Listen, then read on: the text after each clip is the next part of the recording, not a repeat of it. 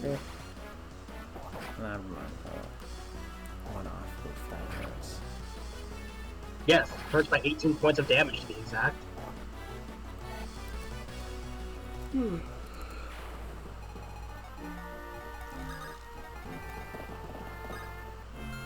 can just give it to Roy. Honestly, give Faye to Roy.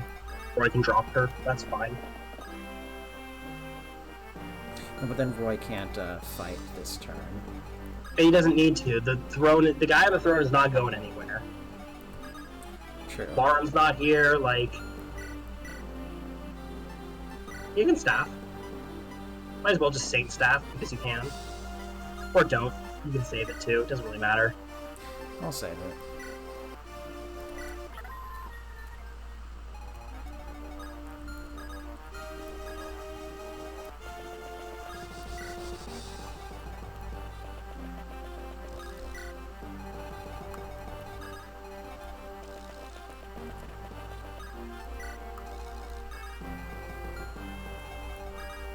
Okay, so Roy can drop and then she can move, or no? No, she can't move. Right. You can just do it next turn. Oh, right, I forgot about that part.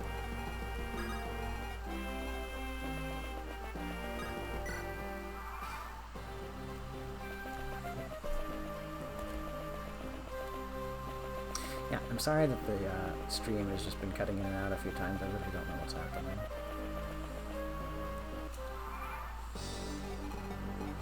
Alright, Faye, you got any dialogue? No, and you died very terribly. Well, it's impossible to tell if you have dialogue or not yet, but I would assume Faye does have dialogue. I've waited a Nope. millennium. My strength is recovered and it is greater than ever. I can feel it. Yep, no unique dialogue. Wait, she could crit and kill them though. Actually, not even. Crit wouldn't even kill. Goodbye, Faye. Game over. Actually, wait. I don't even know it's game over. So scared. I don't actually think it's a game over because you're already in the final chapter, so I think you're fine. Yeah, no, well, I'm not gonna keep that, yeah. Okay, well, no unique dialogue. Kind of weird that there's no unique dialogue. Just do that and then just dance, I guess. Or someone else should do it because you need Roy to seize. No, I can have Roy start. Well, I'd have someone else start so that Roy can kill and then dance to seize. Like, Lilina can just weaken, honestly. Or Nime. Nime, oh no, I'll do Nime. No, Lina just kills. Not with fire. It's more accurate. You kind of need the accuracy, surprisingly. I've waited a millennium. My strength is covered in is greater than ever. I can feel it. Okay, I keep misreading his name as John. I mean, it's pronounced. It's John in this one, but I'm just. He's not in Heroes, right? He's not.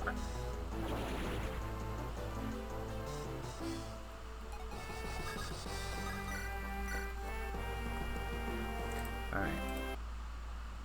Oh my god. Oh, you make dialogue? Okay.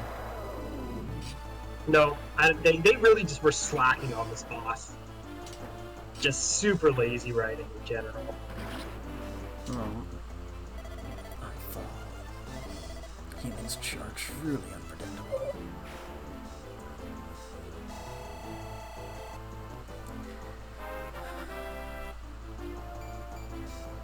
Jesus Christ. Useless. Well, okay, not useless, but yeah.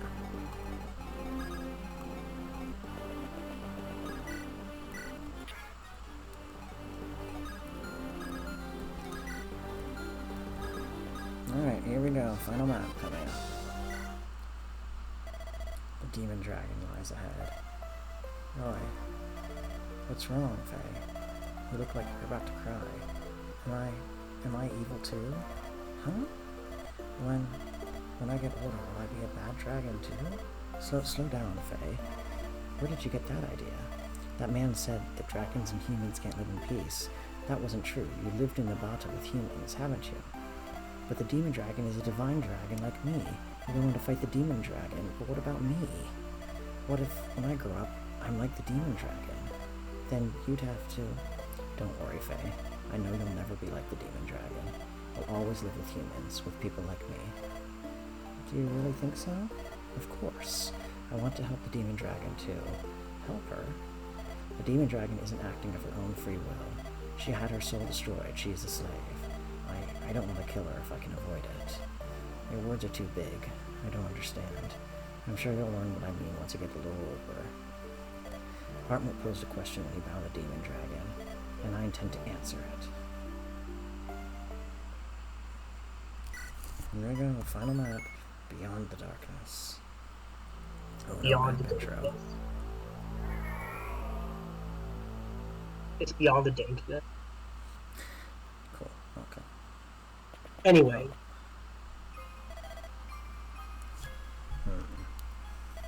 You're the Dark Priestess, the Demon Dragon. Why do you block my path? What? I have been instructed to lead this world. I will bring peace. Why do you bar my path? You're wrong. Peace at the cost of humanity is hardly any kind of peace at all. The man who ordered you is gone. You can stop. You have no reason to fight. None of us have reason to fight. I feel that eons ago I heard those same words. Soft words, like a warm breeze. But that was long ago. I have slumbered for far too long. In the darkness I dreamed, an empty dream, black, colorless. But I'm awoken now. His Majesty willed it so. His Majesty, Zephiel. I'm awoken. I have left the darkness of my dreams. Watch out, guys. She's woke. Can you stop for a sec? My path is now lit. I know what I must do. I will lead this world. Ooh, heterochromia. Wait, hold on. Oh no, it's not the same as the Emerald Herald, but close. He's got one purple eye and one brown eye, not one green. I will lead this world. No matter how much time must pass, that is my duty. You insist on fighting us. As long as you stand in my way, your will seems unbreakable. My will is His Majesty's. I awoke for the purpose of fulfilling His desires. Oh, hello. Do we have to fight? It begins. It's ending, dude! Huge. For everyone back in Bern and for Gale, who is still alive, but we're apparently ignoring that. I know. It's not acknowledged in the story. He's considered a mandatory boss. This is the end. We've come too far to lose now. I not afraid. This time, I'm not afraid. The long battle comes to an end. Father, watch over us. This is it, the power I've been searching for. Now is the time of truth. I have the blade of Hartmut who took pity on you and spared your life. Everyone, leave the final blow to me. Oh, and then he backs up. Yeah, anyway. This fight is basically just rush away to the boss. Like, there will be reinforcements, but you can... I'm just curious now. Oh, it's still a kill. What is? It's still a kill. Oh. No, never mind.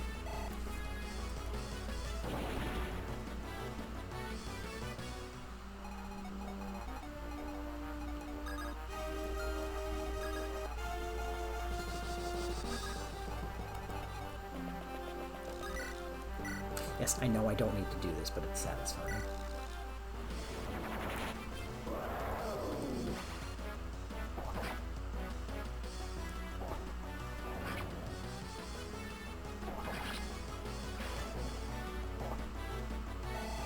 Oh wow, that's a lot of experience.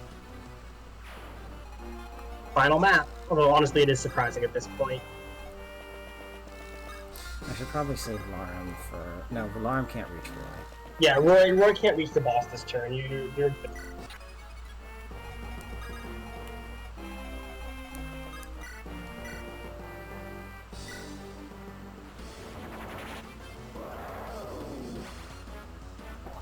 Oof. What the? Okay. Okay, that's not. Do you get crit?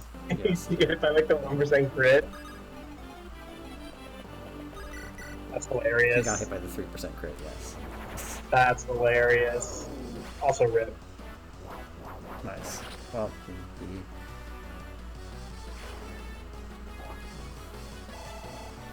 he got back at him.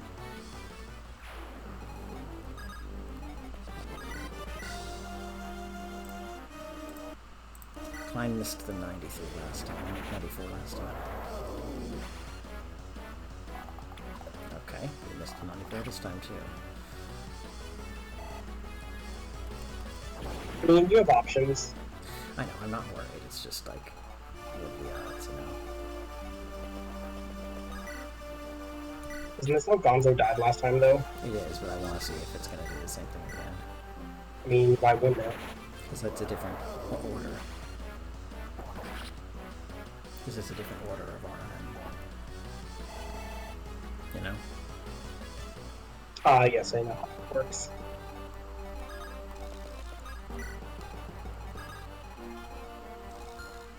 Does she move? Idun? I don't think so. No, Idun is like heavily nerfed. Idun basically has like nothing going for her. Because this game decided that it was too hard, so they made it very easy. Yeah, she's got pretty low. She doesn't even have any boosted stats. Well, she also doesn't have 1 to 2 range, and the weapon that you're supposed to kill her with has 1 to 2 range. Right. But yeah, her stats are actually, like, she's got maxed defense, but her stats are pretty low, actually.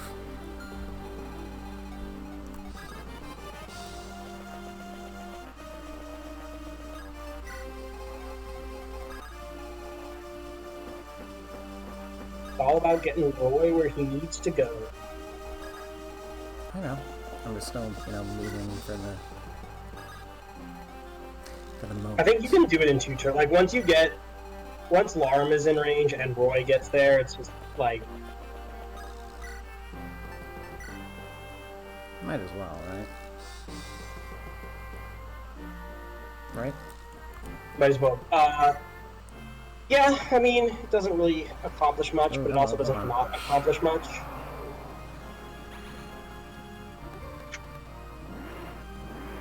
I mean, as you can see, if you are not using the Binding Blade, it's kind of tough, but if you are using the Binding Blade... Wow. Yeah. No, he actually can hit. Oh, damn. I mean, sure, do it then. Why not? I think that's just... Okay, that's a little... Yeah, no, again, Idun is not a... this boss is, sure does exist, huh? Okay, well, can you be quiet for just a sec? I want to listen to that. Sorry, I don't mean to be rude, it's just...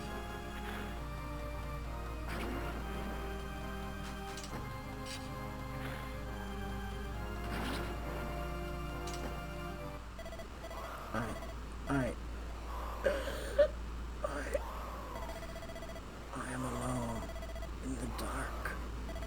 I am alone in darkness.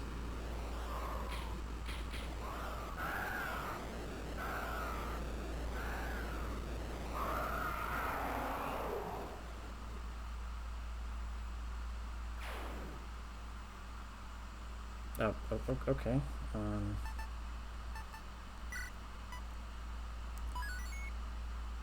Okay, you can talk now, sorry. I don't have anything to say. Ah! Oh no, the sanctuary is collapsing. Everyone, hurry outside. Why? We'll be fine. Now go.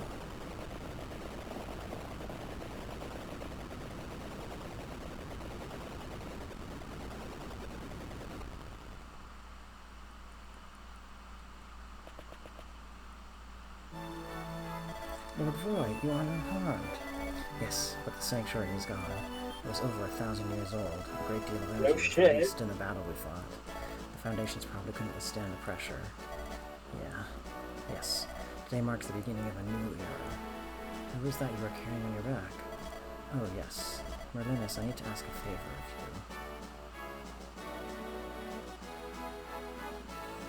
you. thus the war known as the Disturbance of Bern was resolved.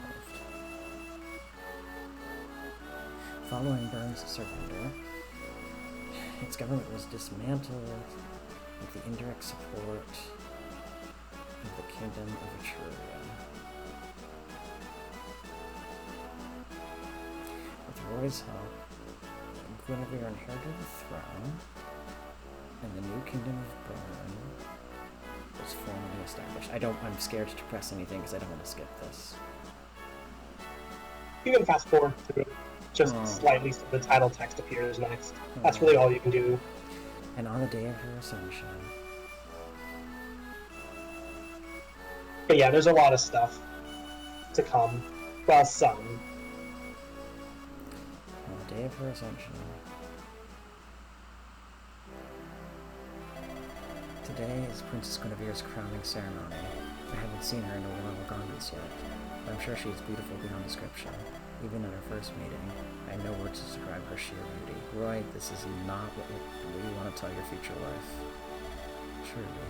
Okay, they're children. But she still has many struggles still to come. What do you mean? After she's crowned Queen of Bern, even with Etruria's support, certainly will be great unrest and plots to overthrow her. Do you think so? I just realized there's a dragon mosaic in the background. You see under her text bubble? Yeah, no, I know where it is. Oh, do you think so? It's the Fire Emblem, the binding mosaic. True. Some may claim that she only joined Etruria to seize the throne. It's an unfortunate reality, but to the ignorant, that is how it will appear. But I'm sure she'll be fine. Under her rule, Bern will prosper like never before. She's too brilliant and strong to succumb to petty unrest. Yes. Yeah, she's got melody. Oof. Oh, yeah, I thought you said she's not melody, but no, you said she's got melody. The Bern kerfuffle, the Bern minor disagreement, the war of the Bronket. What about you? What will you do now? Me? I will return to Foray. I'm concerned about my father's illness, and there is much reconstruction to be done. What if we... What? Never mind. But you're returning to Foray. That's good. What about you? Will you go back to Ostia? Yes, I must take my father's place. I'm glad you're staying in Ostia. Why do you say that? Because if you're in Ostia, then we can see one another anytime. What? Aluna, I don't know when, but someday I'll come for you. I have to prepare too. But, Roy, I've always... Oh, the ceremony's starting. Come, Aluna. Let's see Queen Guinevere. This is the start of her reign as queen. Yes, the Ostian forces of, Wait, what? I was gonna say the Ostian forces of no one, because no one in this army is from Ostia who's of any concern. Oof. I mean... Wait for me. No, okay, yeah. Later, in Arcadia. Lord Roy, it has been far too long. I was in the area, so I decided to stop by. Faye will be glad to see you. I saw her earlier. She's even more energetic than I remember. We have allowed her outside more since her return. Perhaps that is why. How is Idun doing?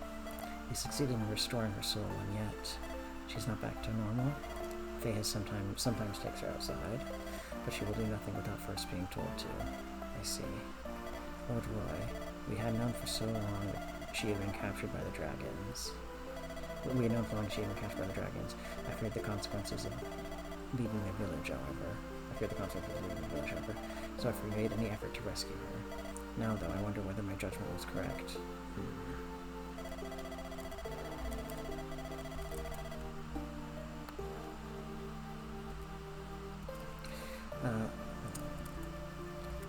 Perhaps the humans are changing in ways, changing the way, I think.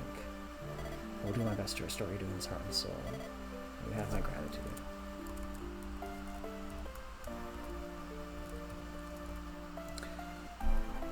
As a first step, I want to see her express some form of emotion. It would be a good sign if she could laugh.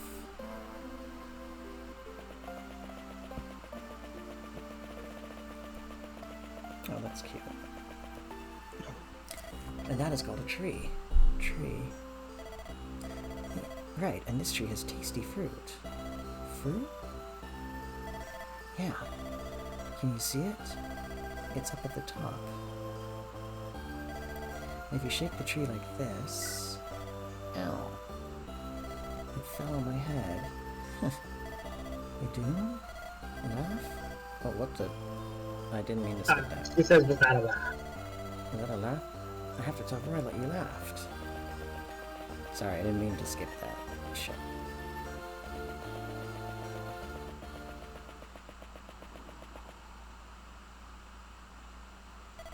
A warm breeze.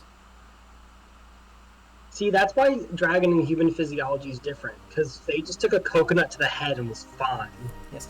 Okay, so before I continue, so what did I miss dialogue-wise? Oh, it just, Faye says, oh, was that a laugh? And Adun's like, laugh? Question mark. That's really it. Okay, and then I know that not every character gets an ending, but I think the ones who've been reviewed find that. Every character gets an ending, just not every character gets an interesting one. You can speed past this slightly, just tap whatever key it is to speed up, I think space, just to get to the stuff. And there might be some CG scenes here. Oh, here we go. It just goes right to it.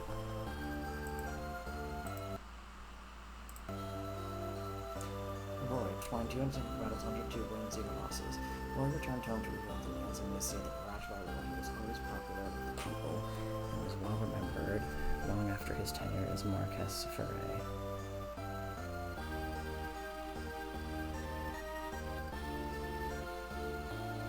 Okay, it's nice that they've folded into the credits.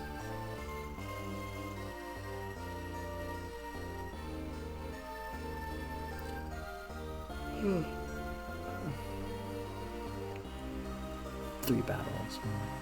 After returning to Nabata, it was never heard from again. Many historians are skeptical that she even existed.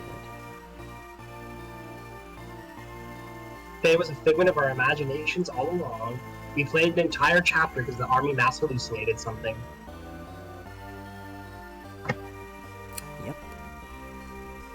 That's why y'all doesn't have unique dialogue with Faye. He can't see the hallucination. But how? But if she's a hallucination, how could she kill enemies? Because Roy and the rest of his army are killing the enemies, but they think it's Faye, and the enemies are just getting killed by Roy and his army. Sherman Maron Rucker. Here we go. 278 4 battles, 158 wins. Rucker disappeared without trace after the war. He was reportedly cited in various places around the continent, but his name only appears in the records of the war. That's my man. That's the boy. Maybe not the boy, but... Everyone in this war is a boy. Except for Marcus. And Yoda. Marcus is a man. And Nime. Nime's a woman. last I heard. Well, you said everyone in this war is a boy, so I would assume that you were encompassing the female characters as well. Charming dancer Larum. 10 battles. Larum continued to travel around the world as a dancer. Her energetic dancing touched the hearts of many, and her unique style was passed on through many generations. Those 10 battles must just be from the time she got attacked. Yeah, and at least half of them were unintentional. I think every single one was unintentional. No, we definitely did some math before it and made sure that we could totally expose without caring. We just didn't do it often.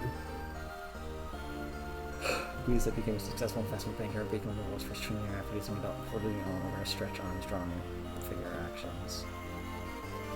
Yeah, it's yeah. I mean this.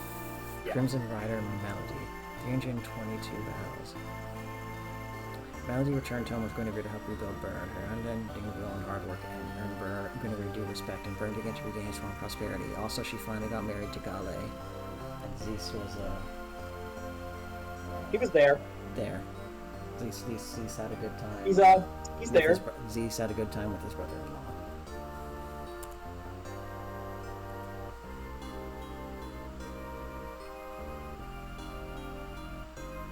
Willful Lady Clarine.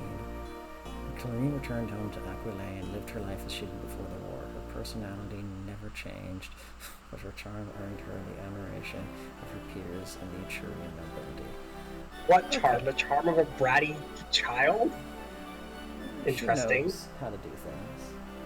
Does she though? She's like a significantly less useful version of Lachesis. Rachesis, like whatever. Lachesis. Lachesis. I think it's Greek. I don't speak Greek. Gonzalez, 234 battles. When Gonzalez returned to his home in the Western House, he was not greeted with the stones or harsh words he was used to, but instead with cheers for the return of a great hero. Oh, good boy. He also helped build villages with a kid, though. Yes, I have heard of. I haven't seen that in the ground that spot, but I know it exists. Honestly, that's all of a kid supports. Like, she just runs up to everyone in the army with muscles, like, "Hey, want to build a village?" And she also does it with Lara, except not to the actual building part. Well, with Larm, she's like, "Please stop cooking for people. You're killing them." And Larm's like, "What? They're great." And the kid's like, "You've taken out half my workers." Klein, Silver Noble, 88 battles. Klein put down his bow and became an ambassador for Etruria, using his charisma to settle many foreign disputes. While he was in office, he ensured all nations prospered as Etruria did. Good lad. He's busy pulling the weight for his parents, who are traveling the world and not giving a shit about anything going on in it. Yeah. You mentioning that about Lara kind of reminds me of Dorothy. Like, she's not explicitly the dancer, but she's heavily biased to be the dancer in Three Houses, and she is canonically a terrible cook. Is she? I don't think I remember that. Which support was that? It's in her Petra support, the first one. She offers to help to Elegant Lady Lilina, 198 battles, 140 wins. Jeez, one loss? Wait, what? After returning home, Linda became the new Marquess of Ostia, and shortly afterwards wed to Roy. Together, Roy and Lilina and Lycia to create the prosperous and peaceful kingdom of Lycia. Oh, that's good. Wait, what was the loss? Probably because we didn't reset, or we didn't do a save state reset. We did a manual reset probably one time in Ostia. Oh, I guess so. Anyways, in the Petra support, the first one, she offers to cook for Petra, Bridget food for Petra, mountain hermit Nime. Nime returned to her secluded home in the mountains and continued her research. It was rumored she solved many of the world's mysteries, but she left no records, so none can know for sure. That's I fucking love Nime. Nime's like, I have the knowledge, but I'm not telling you it. Hey, can we have penicillin, please? No. So basically, in the sea support, Dorothy offers to cook Bridget food for Petra, and Petra turns her down. Oh, that's the Ilia Pegasus Knight sisters. That's cute. Mm-hmm. It's the White Wings, but at home. Yes. She offers to cook Bridget food for Petra, and Petra says, "Please don't, because everyone says your food is terrible." Interestingly enough, Dorothy does not actually have a debuff to cooking in the way that some other characters do, like Flame. Flame gives you a debuff when you cook with her instead. Ooh, that's a cool picture. Roy versus Zephyr. Super Mario Club. Wait, what? Super Mario Club. Oh, did you hear that? Charles Martinet's no longer going to be the voice of Mario? I did, yes, and I was doing unrelated. Oh yeah, the Smash Melee cast that gets credited. I just realized.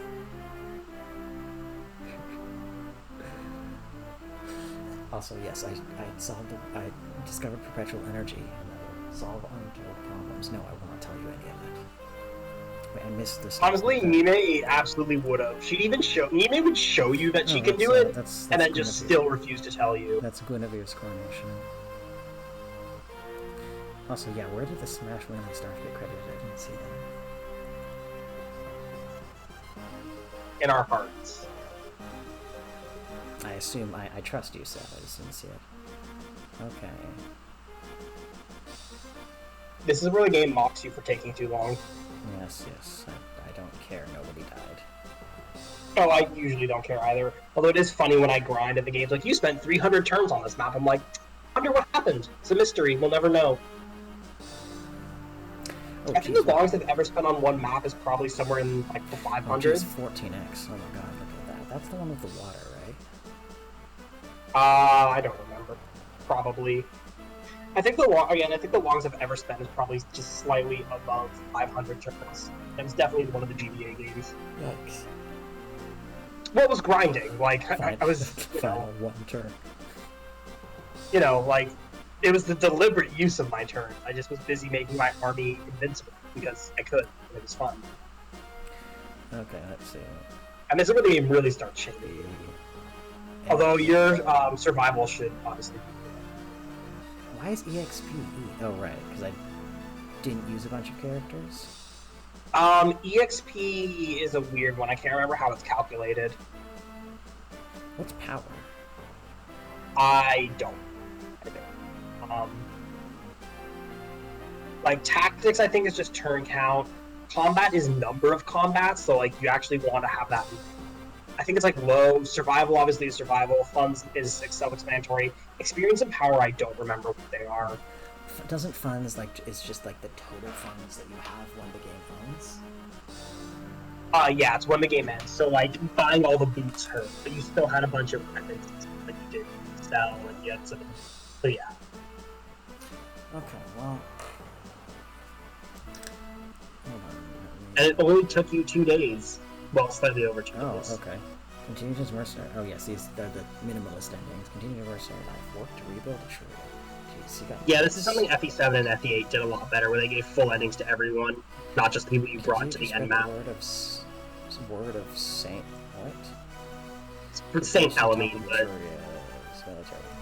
Why is it? Yeah, it's gonna be Saint Elamine, but who knows? This patch should be weird. Helped rebuild burn. Continued your training. Why did Chapter 8 take me 56 turns? Because, no, that's because I was doing some grinding there. Return to the Western Isles. Disappeared without a trace. Rip Astolfo. Aster. He had to run away from his wife. Okay, I'm not gonna even joke about that because that's just a depressing story. Returned home and was knighted. Continued to work as a Pegasus Knight. Shauna, you carried me into early game. I love you. Wait, was Juno continue to work as a Pegasus Knight? Juno, you're pregnant. What are you doing? Helped rebuild Ilia. Continued to study the Maga. I thought they already had a daughter. Or that. Okay, yeah, maybe it's that. I can't remember. Yeah, no, they do already have a daughter. Enjoyed his life. Helped rebuild. He's finally retired. He's got to come out of retirement for one last job. Going back in time for FE7. Became a missionary. Worked to help orphans. I thought he was already a missionary. Who? Saul. Yeah, bad one though. Master Thief Calf. Traveled the world of the thief. Helped rebuild for her. Also the exact same. I love how, Calf, Roy's like, why do you have to steal? And Calf's like, well, because you burned down my, field. And then, Calf's and he's like, Calf became a thief anyway. And I'm like, Roy, you got played, my guy. Roy got played. Calf didn't change at all. Calf's just a thief. Damn. Mage Lou built a magic school for orphans. Helped rebuild for Ray. Oh, he became Merrick. Lou, that is. 0, 0, 0. Worked to rebuild Burn. Worked to rebuild Ostia. I forgot Ellen's from Burn. I keep forgetting that. Ellen is a very forgettable character to me. Wade helped develop the Western Isles. Returned home to live happily. I don't remember if one of them is a family man or not. Dorothy returned to her old life, which was what? Continued his life as a mercenary. I don't know. I think Dorothy was just kind of like a merc. I'm not sure. Wendy continued to be useless. Lived as a knight in Ostia. Rebuilt the Ostian army. In my Armor Knight playthrough, the rankings are Boris is by far the best Armor Knight, then Wendy, then Barth. Nice. Traveled as a mercenary. Joined his newly reformed clan.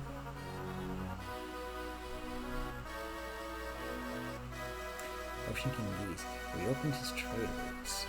Became the new flight leader. I mean, Juno's still working. How'd you surpass her? Revived, traveled the world. Sophia was useless. Returned to Navajo. Yeah, Sophia's hard to make good. She's very hard to make work. Even with favoritism, it's difficult. Desert Guardian Irene returned to Navato. Retired outlaw Garrett. Led a humble life.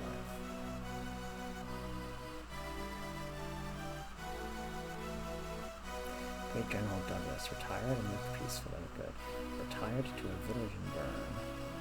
Also, can I just say, it was kind of rude of Astolfo to disappear when he's the highest leveled unit in Burn other than Lilina. He's got the most experience, and you just left Lilina on her own? Rude.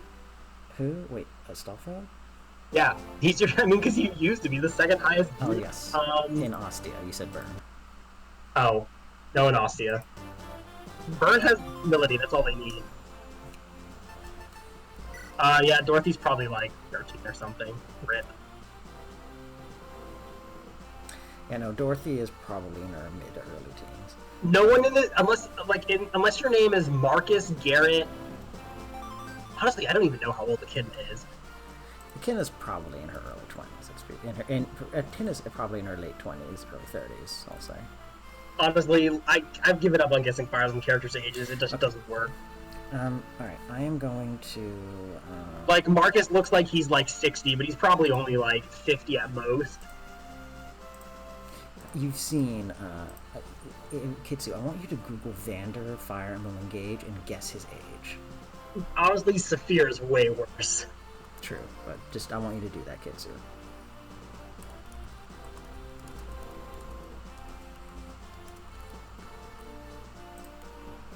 Okay, so looking at the Binding Blade characters, Roy is early teens, like 14.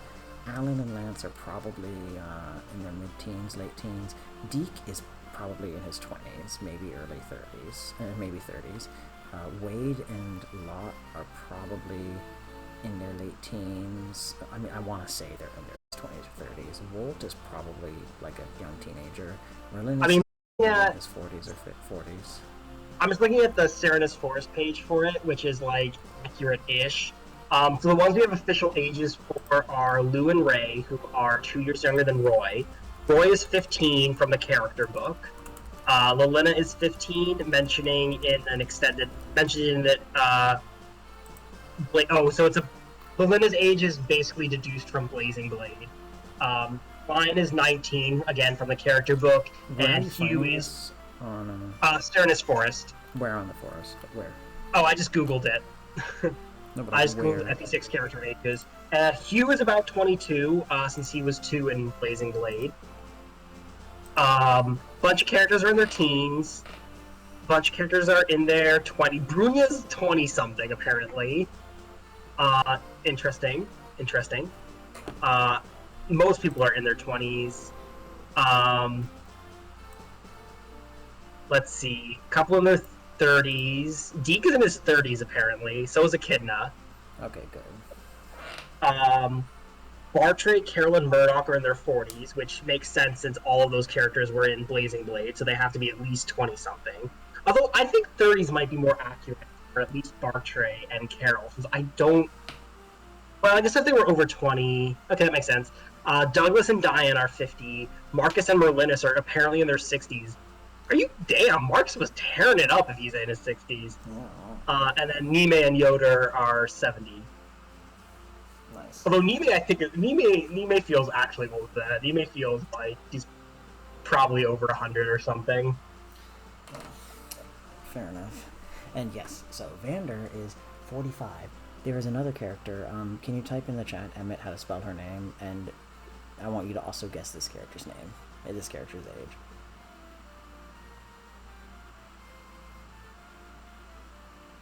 Also, yep, Seb, those definitely are endings that exist. They sure are. So, I guess I'll take some time to discuss my thoughts, if that's okay. So, I like this. I think the story was a little bit simple in some ways. I think some of the important things that really coulda, woulda, shoulda happened in terms of character presence or character prominence, looking at you, Lilina, existing, really, held it back. I think that granted, the only 2 Fire Emblem games that I've played before this one are ones that are generally well received for their stories, those being Three Houses and Genealogy of the Holy War. And yeah, well, you got it right. Saphir is 35 with white hair and wrinkles. Yep. It's stress. It's some stress from having to live in Elias. Yeah. The little thing is really just Schrodinger's life, which is like the game can't decide if they were alive or not, or like they can't it's just a lot of work for them to. They have done it, and they usually only do it for small things like specific support chains where it checks it. Um, and so it's just very like just for I guess the capacity of like game size, and I don't know. I really do wish they did more with Lilina too. I wholeheartedly agree. I would love to see more with Lilina. Um, but like I understand why limitation wise for gameplay they didn't do it. But I definitely wish they did. I'm hoping you're talking about Saphir and not Luna Kitsu, but yes, I for what? read what he said. They said. Yeah, that's just how Japan's mental state is. Okay. No, you'll see. There's a new element. Yeah, I mean I see that, but Fine. No, and I think that gets to a criticism that I have expressed about Fire Emblem as a whole, which is the way that they tell their stories is severely hampered by the fact that they are including permadeath in the way that they do, except for a small number of characters that are just essential. And even that is something that isn't really done until some of the later games, such that I think that it's really holding back their storytelling and the range of characters they can have in the main story elements. It's very ironic. Actually, there's a couple of funny things. It's very ironic Engage almost at its best because they have so many of their supporting characters they can't die. Like if they fall in comp, they're like, I've been injured, but I can't fall here. I must make my retreat. And the other one that's so weird about it is FE7. Galtz is just weird. Like you can recruit this character, and then he shows up to like talk to you. It's like you need to disguise this thing. He shows up to talk to you, but if you don't recruit him, I think he still shows up. Like he just appears out of nowhere. So the way the game's limited is very arbitrary, and they definitely can improve. They just haven't. Is unfortunate. Because I agree, it's definitely. You agree that what? What? Oh, I agree with you that it's definitely a weak point of the games. Yeah, and I think that did not manifest. I think it's manifested not. Okay, yes, playing Final Fantasy Tactics. I might actually do that if I can find a way to do it on my completely legitimate Nintendo/PlayStation Entertainment systems. Because I'm pretty sure Final Fantasy Tactics is for the PSP, unless I'm misremembering. No, Final Fantasy Tactics is an old game. It's like also Game Boy Advance, I think. Okay, well. I tried playing it once. Wasn't my thing. I'll try again. I don't know. Anyways, so I tried playing over. That's an element. That's a story element that I really do think they, actually take a more holistic approach to changing for the future. Because, and I can discuss maybe in I don't know, a vlog or whatever we want to call it, another time about some of my thoughts of them. But I do think that it really does need to change because it's really holding back the way that they can include their characters in the main story. I do think that it doesn't take away from the quality of support conversations and that kind of character building, but I think it generally does. I think the question, we've discussed this before, and I think the real question just comes down to how much time and money are they willing to put into the writing, because they do have systems in place where they check if a character's alive or dead. Like they've had it in, yes. At the very least, they had it in Tellius, so they have it now. And they can check if a character's alive or dead. And the problem with that just means you're writing 2 or possibly even more dialogue branches where either a character A is alive and it goes down this route, or character A is dead down this route. And it's just the more you do that to make more complex story, the more writing, which again, more time and money. So I definitely would love if they did it. I just understand why they don't. I understand the logistics and the practicality, but as it stands, that doesn't mean that it's not frustrating. To see that sure, absolutely. I would love to see. I would love to see more Lilina inclusion in the story. Absolutely. Yeah. And anyway, so go back to Mining Blade.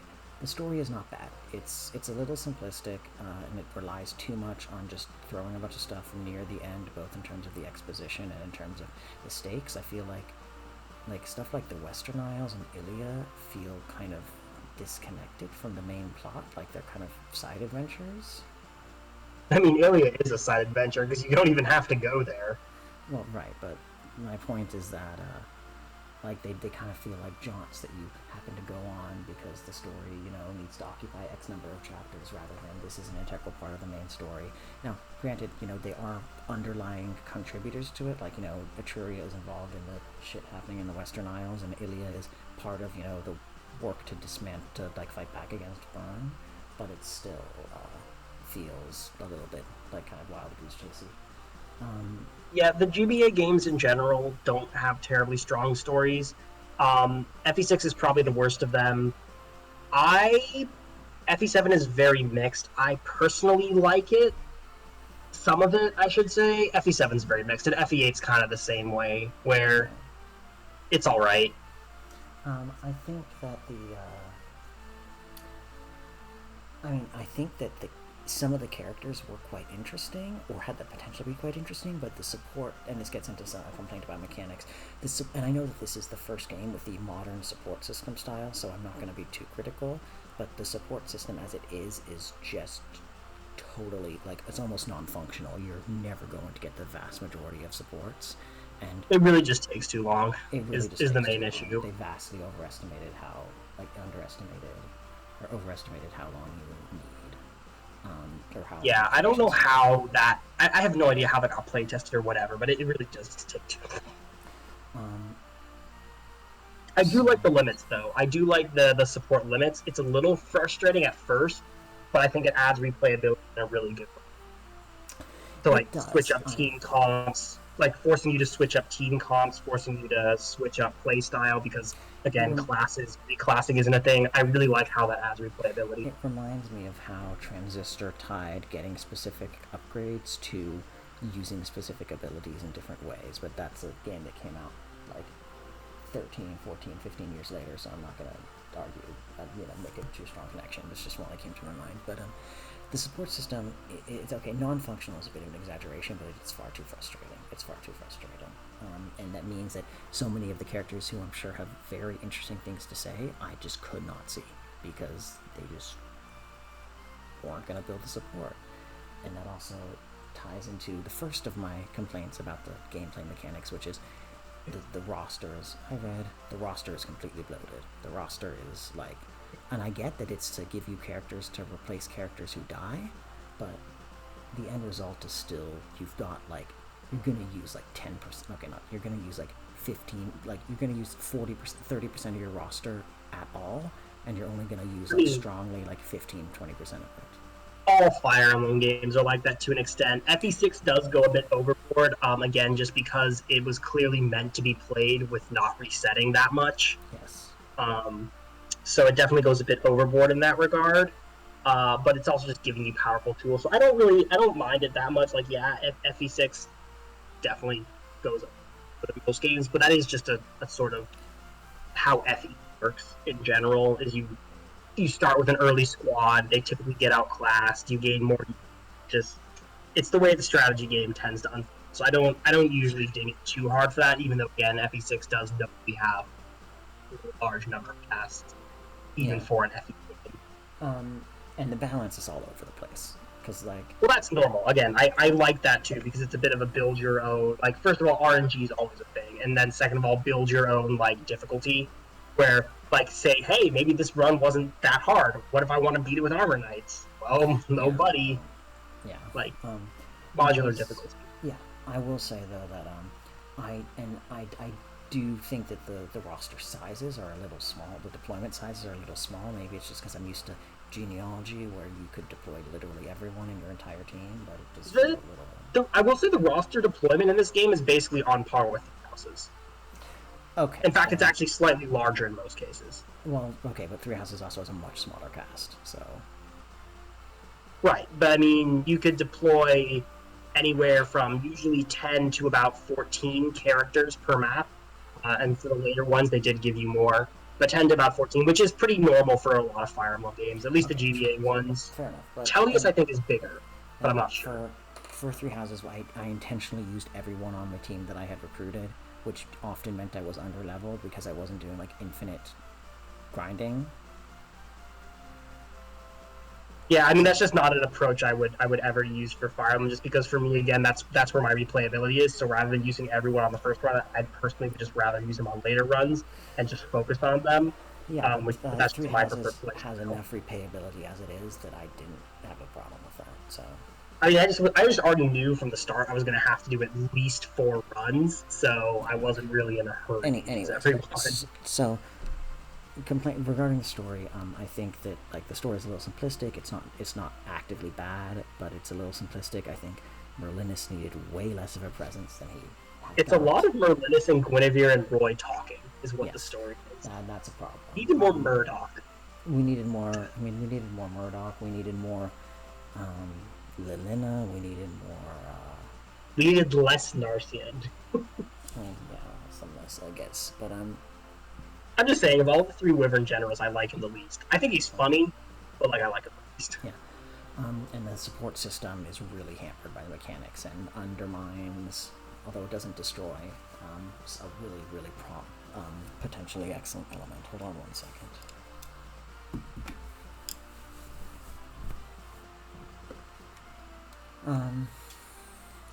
Gameplay-wise, I think that like I already said, the balance is kind of all over the place. Now, good things. Like I said, the story is not like offensively bad, that's an open exaggeration. The story is fine. It's fine. It does what it needs to do, and the complaints that I have are mostly like what ifs or they could haves, rather than, this actively made me think this was dumb. Like I didn't. Honestly, a pretty normal Fire Emblem game right there. Like I think the Fire Emblem games that have truly excellent stories are not the common ones. Yeah. I'm gonna say something that's gonna piss you off, and I'm not trying to make it piss you off. Okay. I didn't have any like crimson flower moments of like, what the fuck are you doing? Like, this is dumb. This is dumb. You are dumb. What is going on? What, for the story? In the story here, yeah, I did not. Yeah, no, I believe that. It's a very straight. Why would I hate that? It's a very straightforward story. I don't praise FE6 because I love the story. Fine. I'm saying that because I know that you very much like Crimson Flower. That's all. I mean, yes, but Fine. bearing that has on FE6. Good things. Map design, pretty good. I think that there was a little bit of a reliance on ambush spawns in a way that was really annoying. But, those fucking suck.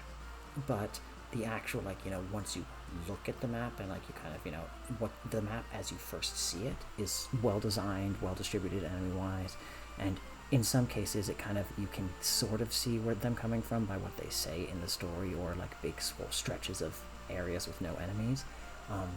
I will say that even though mechanically I can see what they were going for, most of the Fog of War maps are just infuriating.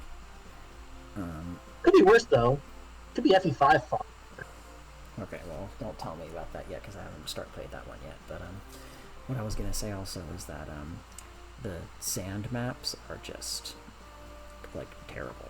The guide in there's chapter, only one of them, right? There's only one, but it's still the worst in the game. It is the worst map in the game. Yeah, it's pretty boring and annoying. I mean, once you know what you're doing, again, once you just pull the map, the treasure, you use the exploit so that anyone can pick it up. You just throw, where to throw melody. It gets easier to just quickly go through, but it's just not very fun. Yeah. The guide it's not like the puzzle difficulty fun of Chapter 7, which is really fun. It's just like an annoying slog, kind of like Chapter 7 is second to last difficult chapter. and kind of annoying, but you have solutions. It's not frustrating because it takes ages to do anything. It's not like the Spirit Forest in Chapter 1 of Genealogy, where it just takes 20 turns to get through it. I mean, to me, Chapter 7 is like peak Fire Emblem, what Fire Emblem should be. It's a very challenging and complex map that has a lot of different strategies and things you can do, and things can go horribly wrong very well. But it also gives you a lot of room and freedom to strategize and to take action with limited resources. And so that's why, that to me is what the game is about. I mean, I also love the characters and supports and all that, but at least in terms of gameplay, Chapter 7 exemplifies what a good Fire Emblem map is for me.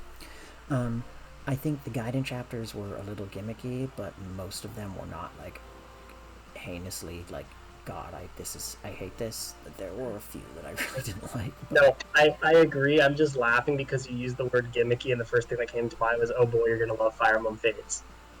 I fucking hate Fire Emblem Fates. Yeah. I think, but like, again, going back to the good things, for most characters, the like progression class. Okay, actually no, I'm still complaining about stuff. The progression was still a little wonky. Like the distribution of level of like promotion items is feels unbalanced, and the fact that thieves can't promote is like heinous. It's horrible. It's awful. Yeah, but you also like. I mean, I get it that it's cool for them to promote. I guess it doesn't bother me much because like I never thought about it. Like, yeah, it'd be cool if they could promote, but also like, well, they can't. I'm just gonna steal anyway. Like, right. Okay, fine. But the uneven distribution of promotion items is really annoying because you're gonna have more easy whips than you get flying units. But like, God, if you need a Knight Crest or a Hero Crest, good luck. Yeah, it's definitely very weird. Or a Guiding Ring, jeez. Oh, you get a bunch of Guiding Rings actually. You just don't get them early, but you get a ton of Guiding. True. Yes, Homebase Red. There's no promotion for the Thief class. They just are stuck as a thief. They don't. Yeah, the Assassin promotion line is introduced in FE7. Well, no, that's not true.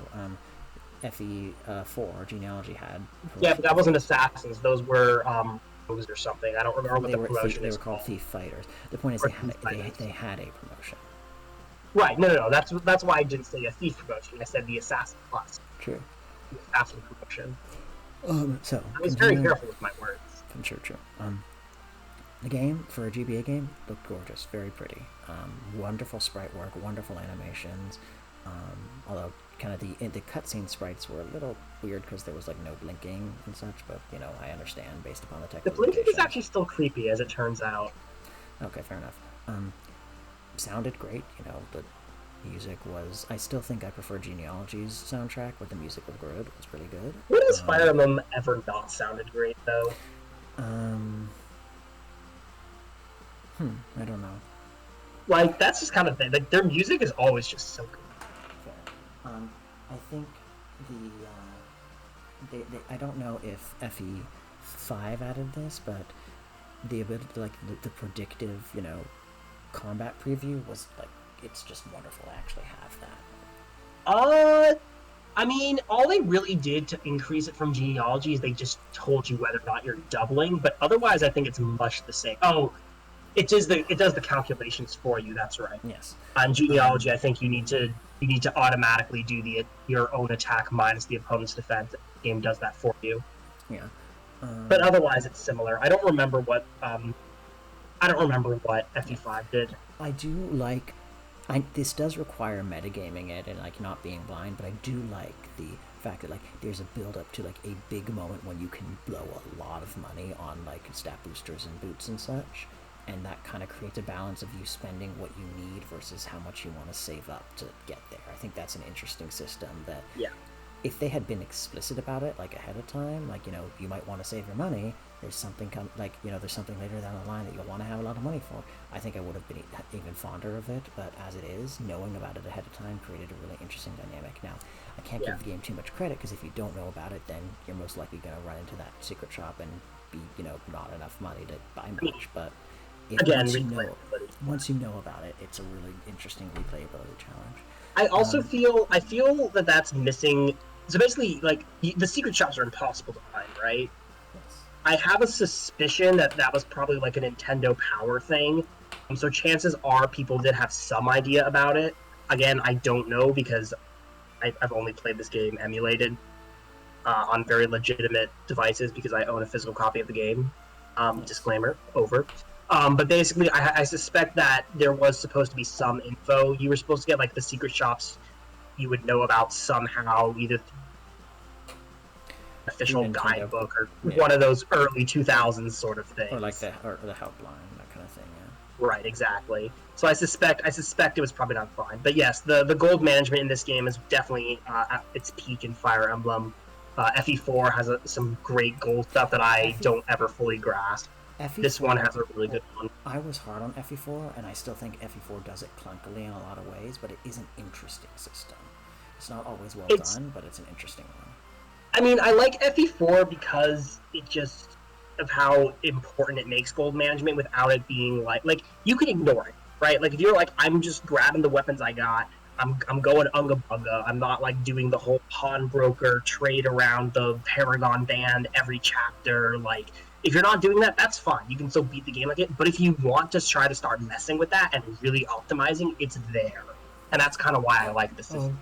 For context, for people who do not know, in Genealogy of the Holy War, you cannot trade items between characters. Instead, what you have to do is there's no like collected pool of fun of gold for everyone. What happens is each character has an individual money pool, and if you want to trade items between characters, they need to sell that item for half of its value to a pawnbroker, and then another character needs to have the money to buy it, and then buy it from the pawnbroker, and that's how it enters their inventory. It sounds annoying, and in some ways it is, but it does mean that you do have to keep in mind who's killing what enemies to get what gold, or what weapons in their inventory to start. It means that you need to have that as part of your calculus when you're determining what you're, how you're distributing things to people. Because it's a fun system, but like a lot of things with Fire Emblem 4, it's not very fun on a first playthrough. Fire Emblem 4 was a game I enjoyed a lot more once I finished it, and then eventually replayed it, and I was like, oh wait, now that I know all of this game's mechanics, I'm having a lot more fun. And it was really fun. But the first playthrough, not so much. I did not play Fire Emblem 4 Genealogy of the Holy War fully blind. I mean, I was blind to the maps, a lot of the maps and stuff. But I mean, neither did I. But it's just even with it's one thing to understand and read about how the mechanics work, and it's another thing to have played the game and understand in its entirety how it affects you. Like I didn't play completely blind either. I definitely looked at some guides. I looked at some maps. I looked at how the mechanics work. But again, even just doing that and then playing it yourself, it's still different. And I definitely had a lot more fun the second time. Yeah. So I will continue also and say, so Binding Blade, I think Binding Blade is a satisfying game to play, and then I've heard that Sacred Stones is really easy, so I'm going to reserve judgment. I think it hits a really good difficulty progression. It's probably the best difficulty progression of the Fire Emblem game I've played so far, although it's a little front-loaded in terms of the fact that the first 6 chapters are hell on earth. Every Fire Emblem game is that. I mean, just the less resources you have, the less you can. The less resources you have, the more limits you have. And the more limits you have, the harder things are. I know for a fact there's FE, rather than FE, I think 12, the remake of Shadow Dragon, on hard 5 or whatever, is basically a puzzle that has a right answer and a wrong answer. If you don't make the exact right moves in the early game, you just die. You cannot beat it. And which is, I think, terrible game design. Honestly, no one play tested those modes anyway. Whereas FE6, I think, hits that sweet spot nicely where you're limited and it's tough and it's grueling, but you can afford 1 or 2 mistakes, depending on the mistake. And you can recover, and it still gives you enough freedom and ability to play it without having to make every single move perfect. Excelblum, who is a Fire Emblem shitpost meme YouTuber, Let's Player, did a very interesting video, I think yesterday, on flexibility versus difficulty in Fire Emblem, where he says very much the same thing that you are, and I think that's pretty much probably where you got the comparison he made about the one right answer. Yeah, that was where I saw that video specifically, but I had known a bit about it. I know Awakening Lunatic Plus does a similar thing too. But yeah, that was the example I was thinking of, at least for it. Awakening Lunatic Plus is just pick a god. So was FE 11 and 12 hard 5. Sure. Anyways, so I think never played them. The game's progression difficulty was well balanced. I say that despite the fact that it front-loaded almost all of it, because once you get past, it's not easy. Once you get past, I think, chapter 16, once you recruit Percival, and once you have Percival and Melody and such, once you finish chapter 14, the desert, I think you're mostly home free. It's not easy the rest of the way, although it gets easier at points. The last 3 maps are pretty tough. The Zephiel, or the Murdoch map, the Zephiel. Well, the Murdoch map is not hard, it's just long. But the Zephiel map is definitely pretty challenging, and the Brunia map is not easy either. The Brunia map is challenging, as you saw today. I think that kind of the last few Ilia maps are also difficult. Mm, I Well, wouldn't say that. no, I that's would say there's Ilia's pretty, there's one pretty Ilia map that's chill. difficult. There's one Ilia map that's difficult. Do It's you not the like the? I assume you don't like the Fog of War. okay. I think it's that one's less difficult, and it's more that it's just like I you think have to be I careful. don't think I would consider any of the three Ilia maps that difficult, especially not when compared to Sakai. Okay, that's fair. That's fair. Then I retract that. But like there's a few difficult maps near the end, but once you reach the point when you've recruited the strongest pre-promotes in the case of Percival and Cecilia, and the strongest unit, Melody, you are not home free, but you're in a pretty secure spot. So I think the progression is very good in that respect. It does mean that the early game is really challenging, but I that's mean, part of. I do like that FE6 makes you feel powerful by giving you units like Melody and Percival without making you feel overpowered. Because if you make the wrong plays, those units can flip. And Yeah, I think it that's a can die. really good balance. Now, granted, I think we got. Yeah, that's true. I think that the progression of legendary weapons was good. It wasn't too many at once, but it wasn't, they weren't spaced out too much. I do think that, again, the guided maps were kind of just gimmicky, and I can imagine if you didn't know that you needed the legendary weapons for the end game, that using them all up and finding out that you needed them would have been horrendous. But what Yeah, I else? think that's just more old school replayability stuff, Yeah, honestly. that's fine. And then again, I gotta reiterate, ambush spawns that move on the same turn. Bullshit. Yeah, they're Really ass. annoying. Really, really, I'm not really defending that one. They're just terrible. annoying. Thrones are way too strong. I think it. That's right. Sorry. No, I'm just laughing because that's, yeah, no, FE6 throws. FA6 Thrones give way too much stats, and I think that this is just a problem with FE in general, and something I've seen repeated to some extent. I think too many bosses in Fire Emblem are just the dude stands still and waits for you to attack him, and that's something I did like about Genealogy, is that the bosses tended to be mobile, except for the ones that were on castles. But in this game, every single boss, unless it's like a specific reinforcement unit, is immobile, and I think that just means there's not limited strategy to attacking him, but the strategy just becomes what's the specific unit I can throw against them to kill them, or the specific three Oh, sets of attacks I the can do to other kill them. thing, the other thing that's important about this game that influenced a lot of its design that we haven't touched on is that I believe this was the first non-Kaga game in the series. So the game was deliberately taking a new direction in a lot of areas and trying new things out as it lost its main lead designer in Kaga and was shifting to a new era. That's fair. That's Just as fair. like an interesting piece of trivia that is relevant That's to fair. this discussion. That's fair. And it kind of makes me think of like this is gonna sound weird. So in Three Houses, I mean, for narrative reasons as well, but my favorite of the final bosses, I say three, but there's technically four. One of them is the same. Two of them are the same character, but they have different skills and such. Is Nemesis, because of how you have to approach him. Yes, you can do warp Lysithia Luna shenanigans to ignore his res, but if you don't do that, and if you get over the fact that he only has 1 HP bar, which does mean he is a little cheesable, he's the only final boss that actually moves. Now he doesn't I mean, I move just unless like you. him because he feels like the most impactful. Like it feels like the Yes, culmination.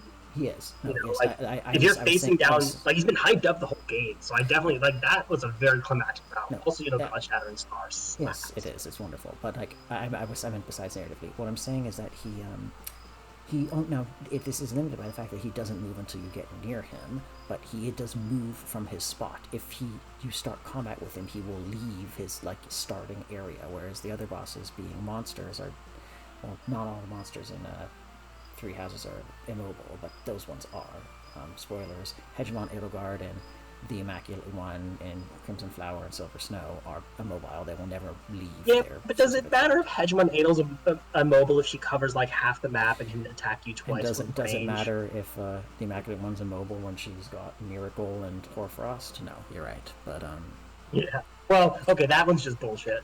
okay, Hoarfrost isn't, but Miracle is. Yes. Well, Miracle in like what 5 health bars? No, she only has 3. Okay. I think For context, 3, 4. Hoarfrost is an AOE attack that the Immaculate One does in the Silver Snow route, which covers a specific area of the ground, and given that you have a very tiny area that you are fighting her in, it's like really limited space. It can be like it cuts off large portions of the map if you can't stun her. Anyways, so I think that a failing of this game, and one that I know is present in many other Fire Emblem games, but is especially frustrating to me coming off of Genealogy, is that the bosses are just all immobile, meat or dodge tanks, and it becomes a question of how do you like bum rush or like bowl through their enormous dodge stats or their enormous defense stats. It's mostly just Rutger. It's just like I need to bring Rutger. That's kind of the answer. I think that's a problem. I think that's a limitation. And yeah, I agree with that. I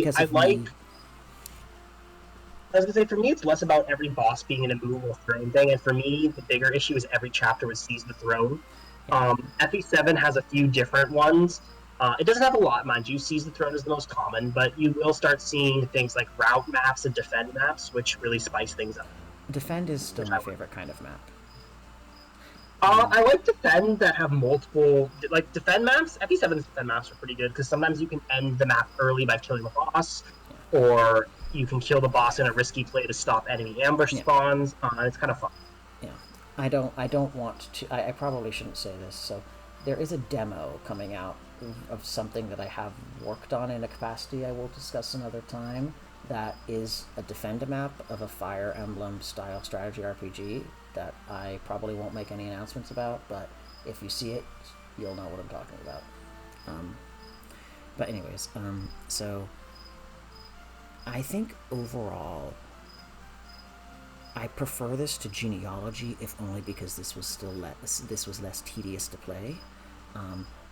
Genealogy's story, I still think, like, even though Genealogy has some annoying mechanics and some obscure mechanics, I will say right now that's hardly fair because Genealogy, I think, just straight up Genealogy Gen 1, I think, might just be the best story in Fire Emblem. Like, it doesn't have too much competition to begin with, and even the competition it does have in games like Three Houses, I really do think Genealogy Gen 1 just might have the best Fire Emblem story. So you're welcome to compare other games to it, just know that it's kind of going to be in vain. No, I know. Let me finish. Yes, you're right. And I also am of the opinion that I like Gen 2's story too, but that's another issue. It's a little straightforward and kind of fun, and then Seliph wonders if fighting the evil cult has been there. Yes, yeah. I think Genealogy's story is so good that I can overlook some of the gameplay annoyances and the imbalances there. And not all of the gameplay in Genealogy is bad. Like, there's some really annoying elements, like the gold stuff pissed me off at first. The completely imbalanced roster that makes Armor Knights almost completely useless, and the map's gigantic chores to scroll through. What do I heard that before? Almost like we just played a game just like that. Is infuriating. Okay, yes, I see that meme. Sorry, Salif, but that's how it is on this bitch of an earth. Yes, thank you, Lewin, or should I say Forsetti. Spoilers. But anyways, and I guess this is where I talk about Genealogy. My opinion is on Genealogy because an eternal regret that I have is I did not stream my Genealogy playthrough on a platform that saved it. It was on Picarto, not Twitch. So I have the memories of it, and I've talked about it, and I have screenshots of it, but still failing on my part. But hold on, let me finish Binding Blade. So Binding Blade, I would say I prefer slightly over Genealogy, if only because the gameplay is much tighter. The maps, I think, are still a little on the big side in some ways, and I kind of sometimes, I like big maps, but when every single map is a big map, it makes the size stop feeling sometimes as like a, epic, and more just like, oh geez, another thing to slog through. Which was the one thing I did like about some of the guided maps, is they tended to be shorter, some of them. I mean, I go back and forth. The big maps in FE6 are definitely a chore. Genealogy, again, a lot of the things that you dislike, are things I got used to. So on a first playthrough, I definitely didn't like them, but on a second playthrough, I started to really enjoy how unique of a game it was, and I enjoyed its unique mechanics. So again, like, the gold thing didn't bother me because I understood it, and I was like, okay with it. Same with the map sizes. Like, I was like, okay, well, I know, like, I'm just gonna leave Art at the castle. Like, I started getting more okay with, like, not training some units and just messing with the game more. So it definitely was a game that, again, on replay, I found so much more value. And I do think, again, I've played some of these games several times, some obviously more than others, and I think your opinion will change if when you start replaying some, and with more of the games under your belt and playing some others, you definitely will have different opinions on them because of just your familiarity with the games and series. That's true. But yes, so I think despite the story being a bit simplistic, despite my hiccups about the mechanics, I think I very slightly prefer Binding Blade, if only because I thought the gameplay was a little bit more consistently fun. Yeah, I've gone back and forth on that. I think FE6 and FE4 are both consistently in my top 3, possibly vying for the first spot. Yeah, so I probably will change my opinion on this a bit more as I play other FE games, and as I get some more distance from Genealogy as well. But so that's my take on Binding Blade. Simplistic story, some gameplay annoyances, kind of some watershed moments on troubles that the franchise still has, but it's a good game. It's a good game. It's probably I've only played 3 games in the series, but it's probably in the top half of the games. When I finish playing them, I assume it'll probably be in the top 5, top 6. The most interesting thing about the GBA games is comparing them to each other because they're all on the same engine. So it's really fascinating to see what things you like and what you dislike about each of the GBA games because they're so similar and so easy to compare to each other compared to trying to compare obviously this to genealogies. Like it's a little bit apples and oranges. They're both Fire Emblem games and they both have a lot in common, but they're also very different games. Whereas the GBA games, they're homogenous. I mean, you can barely even compare like Genealogy and Thracia because they're also so different. You can really compare Thracia to anything because Thracia is just one giant middle finger to the world. Yeah. Anyways, which, to be fair, is kind of the game's point. I just wish they didn't have to go so far. Yeah. So yes, that's my impression on Binding Blade.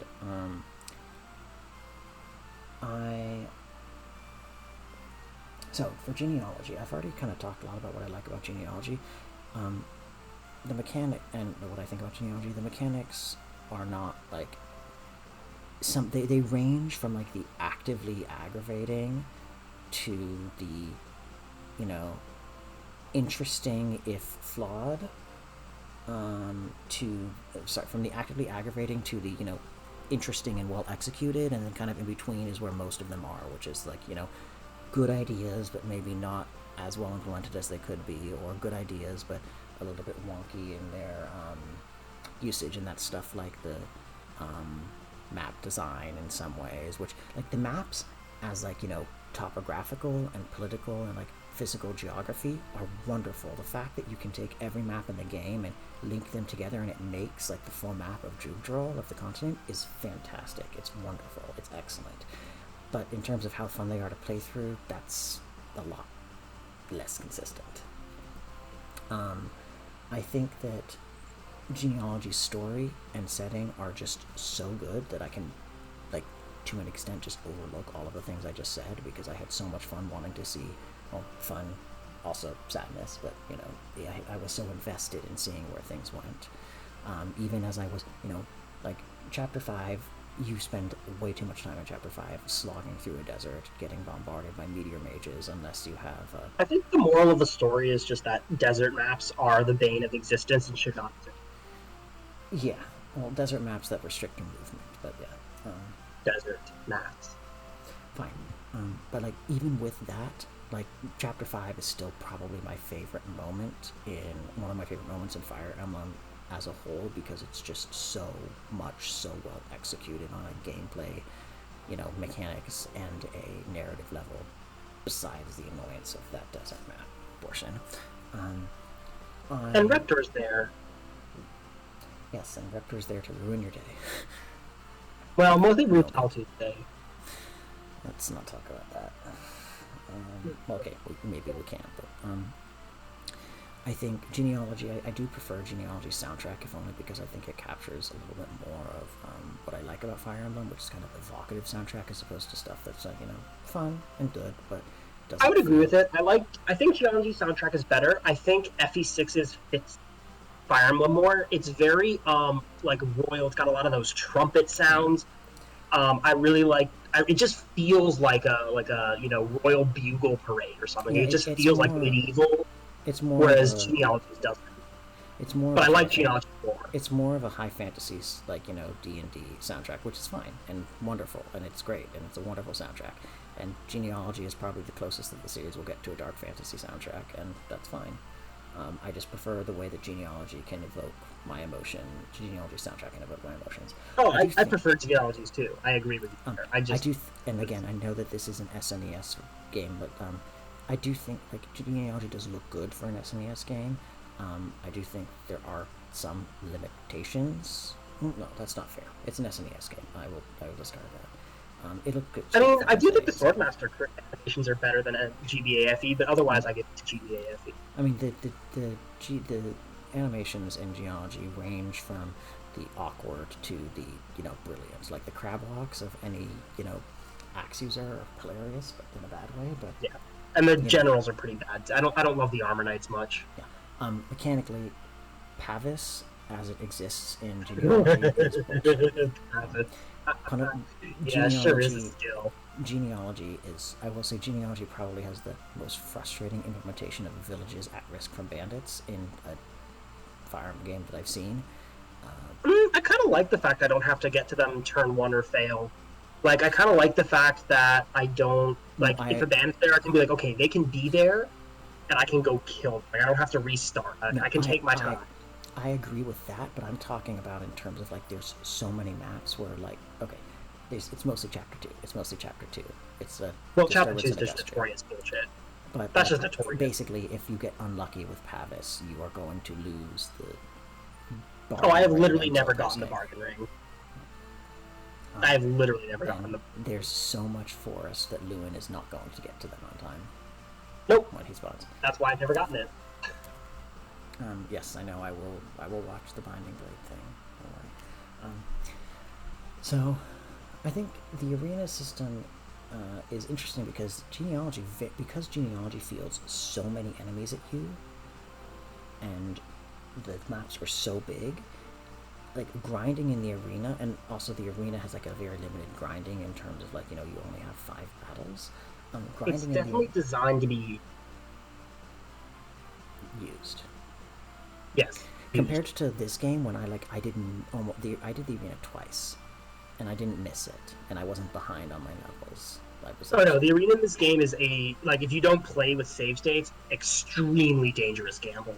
Yes, no, the arena in this game is basically in Genealogy. It's basically the only way you can level up certain characters to a point that they're usable in the map.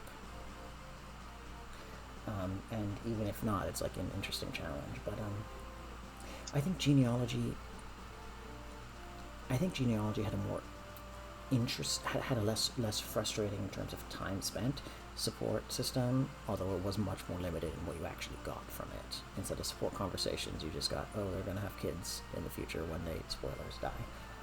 And, for Gen 2, there's not really a consequence besides the ending cards, which, was the case in most, but there are some good conversations that come up. But it does feel, it's not a proper support system yet, and you can tell.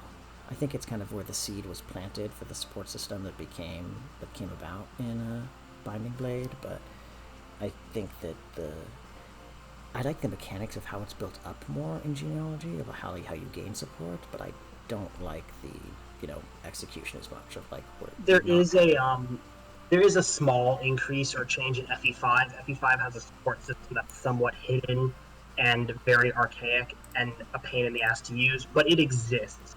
So the transformation of the support system was gradual. Okay.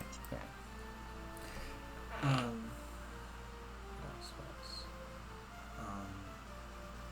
Do you want to talk about FE7 at all as it's coming up? In a bit. But yeah, so Genealogy, I think very slimly, I think I prefer Binding Blade to Genealogy, and I think that's just because I've just finished Binding Blade. They're both really excellent games. They're both really good games. So, FE7. I know that FE7 has multiple routes. I know there's kind of the Lind route, which is mostly a prologue, and I know that there's the Hector route, which is kind of the quote-unquote true ending, or the more complete ending. There are 3 endings. And then there's the Hollywood route. There are 3 endings in FE7, and none of them change things drastically. But in order to get the full story, you do want to get the best one. It also means you play the most chapters, so you might as well pick it. Some annoying guidance chapters, but hey, it happens.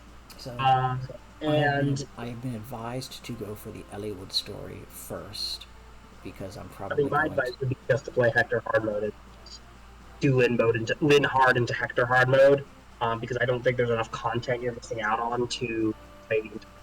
Well, do I not play as Elliewood at all if I don't play the Elliewood story? I mean, he joins your army. Like the difference between Elliewood's, that's what the reason I suggest only doing Hector hard mode. I mean, and Lin hard mode is because while there is some differences between the two modes, they're so minimal that I don't feel it's worth trying to stream one, stream the other immediately. Like, I definitely would suggest replaying it on your own time, but there's just not enough difference between the two modes to justify going over it with that fine-tooth comb on a stream. That's fair. I think it will get boring eventually.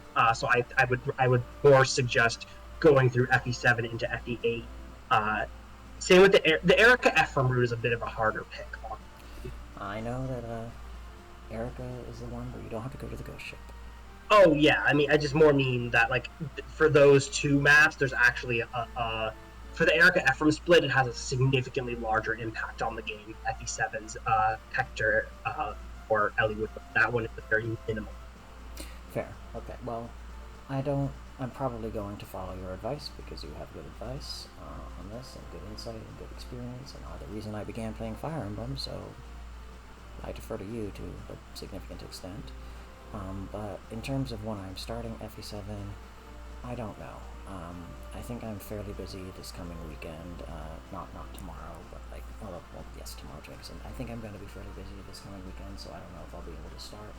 I also don't know if I'll be in a position to want to spend my free time playing the next Fire Emblem game so quickly. I know I told you, Emmett, earlier that I wasn't worried about burnout, but I am a little worried now. I mean, I'll be a little busy too anyway in September, so it's fine. Okay, well, most people who are in the stream follow me on Twitter and such, or I know them in Discord, so I can keep you apprised.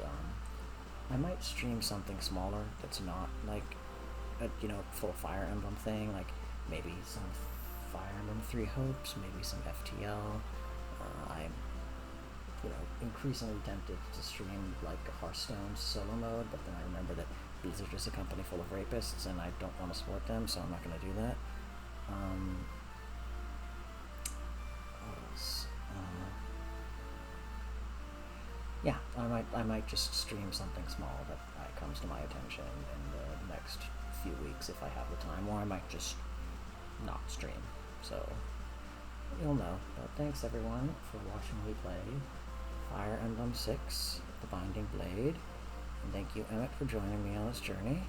It's been a great time, very informative, and I will be sure to export the videos of these streams as soon as I'm done with them so I don't lose them like I did the first H chapters. Thanks, Emmett. Also, yes, sure. Red, do you have a suggestion?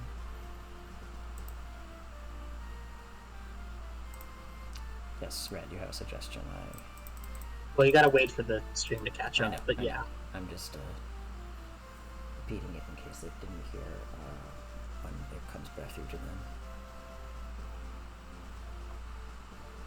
Thanks for joining me, Red, Kitsu. Please let me know what your suggestion is when you hear me reply to you so that I can know what it is.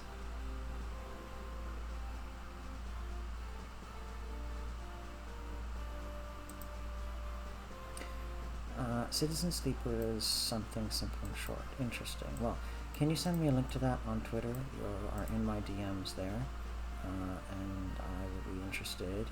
Don't know if I have the energy to just start a full new game right now, especially because I've started another semester with graduate school and while also doing a job, so we'll see. But if you could send me information, that sounds like it might be a good bet. I also have some actual ideas for fun short streams. Cool. Well, ping me about them. know me, you are in more closer contact with me than pretty much anyone else here, so, yeah. Sorry. Anyways, yeah, thanks for the stream, thanks for joining me on this journey, and please offer your warmest thanks to Emmett for being such an important part of this. He really did not have to do this, but he very graciously did, so thank you, Emmett. I'm having fun. I like Fire Emblem, so... Have a good night, everyone. And yeah, wow, this has been 4.5 hours, jeez. Toodles. Well, the ending wrap-up took a while. I think the ending wrap-up took about, like, 35 minutes, you're right. Alright, see ya.